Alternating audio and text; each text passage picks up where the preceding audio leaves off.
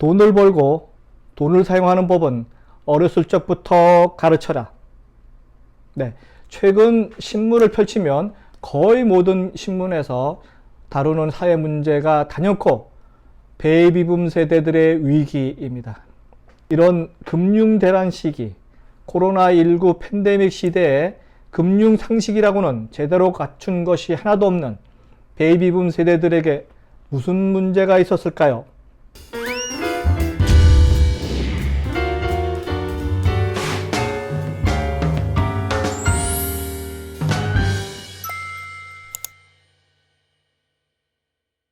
안녕하세요. 유통구단 김앤커머스 대표 김영호입니다. 오늘 김영호의 부자 이야기는 당신의 자녀를 부자로 키우고 싶은가요? 편입니다. 1955년부터 1963년 우리나라에서 태어난 이른바 베이비붐 세대 728만 명에 달한다고 하는데요. 이들이 본격적으로 은퇴를 시작하면서 사회 문제가 계속 야기되고 있는 중입니다. 2020년 1차 베이비부모들의 맏형격인 1955년생인 노인 문턱 65세죠. 65세 노인 문턱을 넘으면서 인구 변화의 중대한 변곡점에 들어섰습니다. 2019년 말 통계청이 발표한 2019년 가계금융복지조사에 따르면요.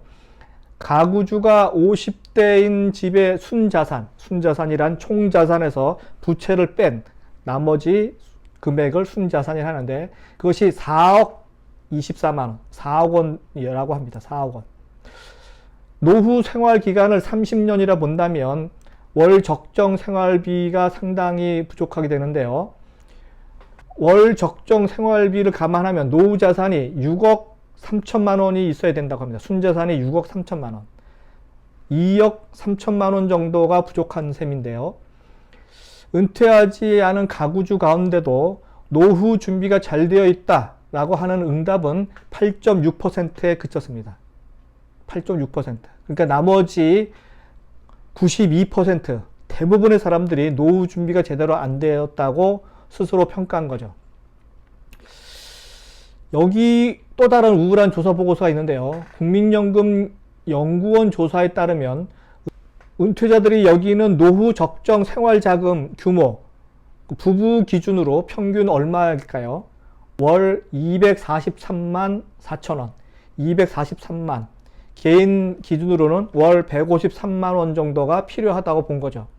하지만 1인에게 지급되는 국민연금의 평균 금액은 52만 6천원 52만 6천원에 불과하기 때문에 상당히 충족 불가능한 수준이라고 하는 현실이 나타난 보고서입니다. 좀 우울해지는데요. 저도 베이비붐 세대이기 때문에 더욱더 실감나는 대목입니다. 이들 베이비붐 세대는 부모에게는 봉양을, 자식들에게는 더 이상의 효도를 받기 어려운 힘든 위치에 있는 자녀와 부모 사이에 낀 유일무이한 낀 세대로서 마지막 세대이기도 합니다. 그렇다면 이들 베이비붐 세대를 포함해서 그 밑에 X세대, Y세대, 그리고 현재의 Z세대까지 제대로 된 금융교육을 받은 사람이 있는가 묻고 싶습니다. 나날이 첨예화되어가는 글로벌 금융시장에서 각종 사모펀드가 발행한 뭔지도 모르는 상품에 가입해서 원금조차 찾지 못하는 이상한 사건에 휘말리는 베이비붐머들이 상당히 늘어나고 있습니다. 그저 이자를 많이 준다는 이유 하나만 믿고 말이죠. 무슨 준비를 어떻게 해야 할까요? 이런 황당한 일은 계속 일어나고 있는 이유는 무엇일까요? 이 모든 원인은 말이죠. 우리가 자본주의 하에 살고 있지만 너무나도 현대 자본과 금융, 경제에 대해서 모른다는 점입니다. 베이비 부모들의 은퇴 쇼크가 시작되었음을 알고 있음에도 불구하고 서민들이 자기 자산을 지켜내기 위한 상식은 턱없이 모자라 보입니다. 그렇다면 이런 혹독한 금융대란을 겪지 않기 위해서 지금부터 준비해야 할 해법은 무엇일까요? 저는 이 가난의 대물림을 막기 위한 유일한 방법은 조기 금융 경제 교육이 정말 필요하다. 강력히 주장하고 있는 바입니다. 이런 가난의 대물림을 막기 위한 단 하나의 해법은 우리네 자식들, 지금 현재 자식들, 어린 손자든 혹은 자식들에게 제대로 된 금융, 경제, 경영, 유통 교육을 지금부터라도 가르쳐야 합니다. 그래서 우리네 자식들에게는 이런 수준 낮은 노후 준비를 대물림해서는 안 된다는 생각입니다. 어렸을 때부터 경제, 금융, 경영에 대한 교육은 별도로 시켜야 한다는 점을 다시 한번 강조하고 싶습니다. 지금 초등학교 정규 교육 과목에 의존해서는 턱없이 낮은 금융 문맹자로 전락할 것이 불보듯 뻔합니다. 이제부터 우리들의 가난한 금융 문맹 수준의 대물림을 막기 위한 금융 구루들의 이야기를 들어보시기 바랍니다. 부자 아빠, 가난한 아빠 신드롬을 만든 일본의 재테크 전문가 기요사키의 재테크 훈수에 의하면요, 아이들은 지금 학교에서 배우는 것보다 훨씬 더 실무적으로 재무 교육을 받아야 한다고 주장하고 있습니다. 아이들의 IQ도 중요하지만 더 중요한 것은 아이들의 금융 IQ를 어떻게 올릴 것인가 라고 주장합니다.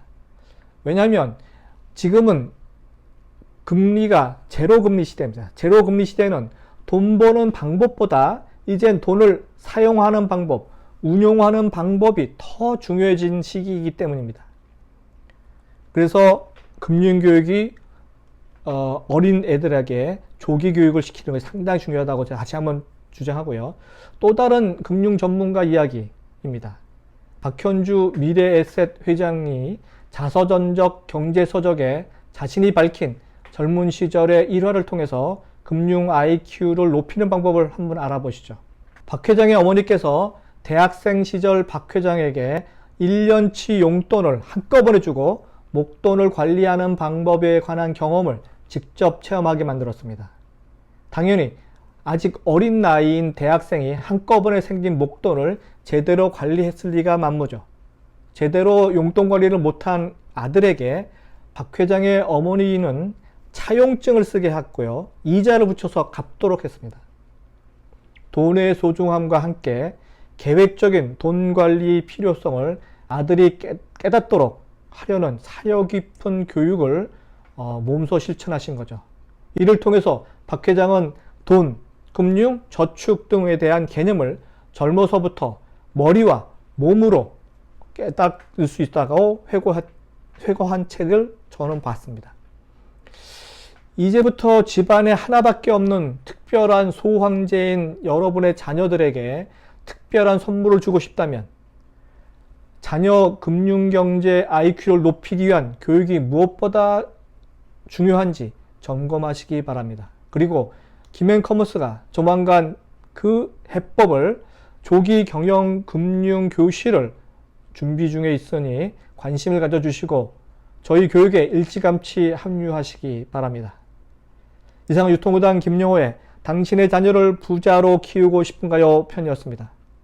다음 시간에 뵙도록 하겠습니다.